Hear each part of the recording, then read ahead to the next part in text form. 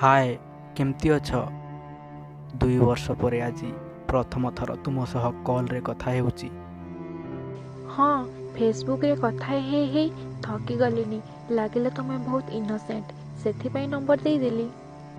ହଁ, ଇନୋସେଣ୍ଟ ତ ବହୁତ। ତମେ ଜାଣିଛ ତୁମକୁ ମୁଁ ଫେସବୁକରେ କେବେଠୁ ଫଲୋ କରୁଛି? 1 ବର୍ଷ ହେଲାଣି ବୋଧେ। କ'ଣ କରୁଥିଲ? ନୋ, 2 ବର୍ଷ ହେଲାଣି। ତୁମର ଯେଉଁ ଭଏସ୍ ନା ବହୁତ କ୍ୟୁଟ୍।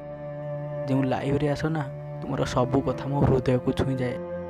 ସତ କହିବି ତ ବହୁତ ଭଲ ପାଉଛି ତୁମକୁ। ଭଲ ପାଉଛ? ସତରେ? ସେଥିପାଇଁ ମୋର ଏତେ କେୟାର କରୁଥିଲ? ନା, ସେମିତି କିଛି କଥା ନୁହେଁ। ତୁମର ତ ବହୁତ ଦିବାନା ଅଛନ୍ତି। ଆନ୍ସର ଚାହୁଁଛ ତ ତୁମ ଭଲ ପାଇବା ପାଖରୁ? ଦେଖା ତ କରିବାକୁ ପଡ଼ିବ ଆମ ଅନୁଗୁଳକୁ ଆସି। କିଛି ପ୍ରୋବ୍ଲେମ୍ ଅଛି, ମୁଁ ଯାଇପାରିବିନି। ମୁଁ ଯିବି ତୁମ ସହରକୁ, ହେଲେ ଆସିବ ଦେଖା କରିବାକୁ ପ୍ଲିଜ୍। ମୁଁ ଏକା ହେଲେ ନୂଆ ଜାଗା ଥିବ ଆଉ ଲୋକମାନେ ବି ଅଜଣା। ତୁମେ ଆସିବ ମାନେ ମୋତେ ମୋ ଭଲ ପାଇବା ମୋତେ ସାମ୍ନାରେ ଆନ୍ସର ଦେବ। ବିଲକୁଲ, ମୁଁ ତୁମକୁ ଦେଖିବାକୁ ଚାହୁଁଛି। କିଏ କେମିତି ଏତେ ଭଲ ପାଇପାରୁଛି? ମୁଁ ବହୁତ ଭଲ ପାଉଛି। I love you so much. ତୁମେ ଆସ ତ ଥରେ। କିଛି ଦିନ ପରେ ସେ ଝିଅ ସେ ପିଲାକୁ ଦେଖା କରିବାକୁ ତା ସହରକୁ ଆସିଲା, କିନ୍ତୁ ସେ ପିଲା ଆସିଲାନି।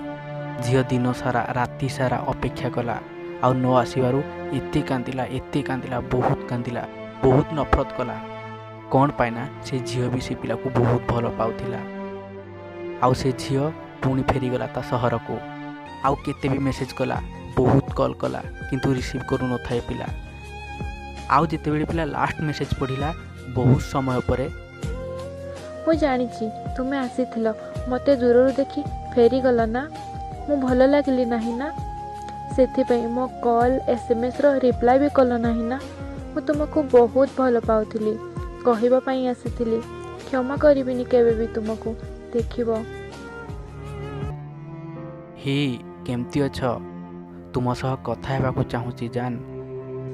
ମୋତେ ଜାନ୍ କୁହ ନାହିଁ, ଘୃଣା କରୁଛି ତୁମକୁ। ତୁମେ ଆସିଲ ନାହିଁ ନା, ପାଗଳଙ୍କ ପରି ଘୁରୁ ବୁଲୁଥିଲି। ବହୁତ କାନ୍ଦିଛି, ବହୁତ ଖୋଜିଛି। କେବେ କ୍ଷମା କରିବିନି, କେବେ କଲ୍ କରିବନି। ଆଉ ମୋର ମ୍ୟାରେଜ୍ ହେଇସାରିଛି। ଓ, ଖୁସିରେ ରୁହ ତୁମେ। ମୁଁ ତ କ୍ଷମା ମାଗିବା ପାଇଁ କଲ୍ କରିଥିଲି। ସରି, ମୁଁ ତୁମ ହୃଦୟ ଭାଙ୍ଗିବାକୁ ଚାହୁଁନଥିଲି। କ'ଣ କହିବି, ହେଲେ ତୁମେ ବହୁତ ସୁନ୍ଦର। ଭାଇ, ତୁମେ କ'ଣ ପାଇଁ କହିଲ ନାହିଁ? ସେ ଘୃଣା କରିବାରେ ଲାଗୁଛନ୍ତି, ଆଉ ସବୁଦିନ ବି କରିବେ। ଘୃଣା କରୁ, କିଛି କଥା ନାହିଁ। ହେଲେ ସେ ଖୁସିରେ ଅଛି, ଜାଣି ବହୁତ ଖୁସି ମୁଁ। କ'ଣ ମଣିଷ ତୁମେ? ସାଲ୍ୟୁଟ୍ ତୁମକୁ ଆଉ ତମ ଭଲ ପାଇବାକୁ। ହେଲେ କହିଦେବା କଥା, କ'ଣ ହୋଇଥିଲା ସେଦିନ? ସେଦିନ ମୋ ଭଲ ପାଇବାକୁ ନୁହେଁ, ମୋ ମାଆକୁ ବି ହରାଇଥିଲି। ସେ ହସ୍ପିଟାଲରେ ଶେଷ ନିଶ୍ୱାସ ନେଉଥିଲା। ଏପଟେ ମୋ ଭଲ ପାଇବା ମୋତେ ଅପେକ୍ଷା କରିଥିଲା। ମୋ ମାଆକୁ କେମିତି ଛାଡ଼ିକି ଚାଲି ଆସିଥାନ୍ତି? ମୋ ମାଆକୁ ଆଖି ସାମ୍ନାରେ ହରାଇବାର ଦେଖିଲି ସେଦିନ। ମୁଁ ସେଦିନ ଜାଣିପାରୁନଥିଲି ମୋ ସହ ଏମିତି କ'ଣ ହେଉଛି। ଆଉ ଯେତେବେଳେ ତା'ର ଲାଷ୍ଟ ମେସେଜ୍ ପଢ଼ିଲି, ତାକୁ କଲ୍ କଲି, ହେଲେ ଜାଣିବାକୁ ପାଇଲି ତା ଆଉ କାହା ସହ ମ୍ୟାରେଜ୍ ଠିକ୍ ହୋଇଯାଇଛି। ଶୁଣିକି ଭଲ ଲାଗିଲା କି ସେ ଖୁସିରେ ଅଛି। ଆଉ ଯଦି କହିଦେଇଥାନ୍ତି ନା, ସେ ତା'ର ଖୁସି ଭାଙ୍ଗି ଯାଇଥାନ୍ତା। ମୁଁ ବହୁତ ଖୁସି ସେ ମୋତେ ଘୃଣା କରୁଛି ଆଉ ଖୁସିରେ ଅଛି। ମୋ ପାଇଁ ତ ତା ଖୁସି ଇମ୍ପୋର୍ଟାନ୍ସ। ତା ଲାଇଫ୍ ବର୍ବାଦ କରିବାକୁ ଚାହୁଁନି ମୁଁ।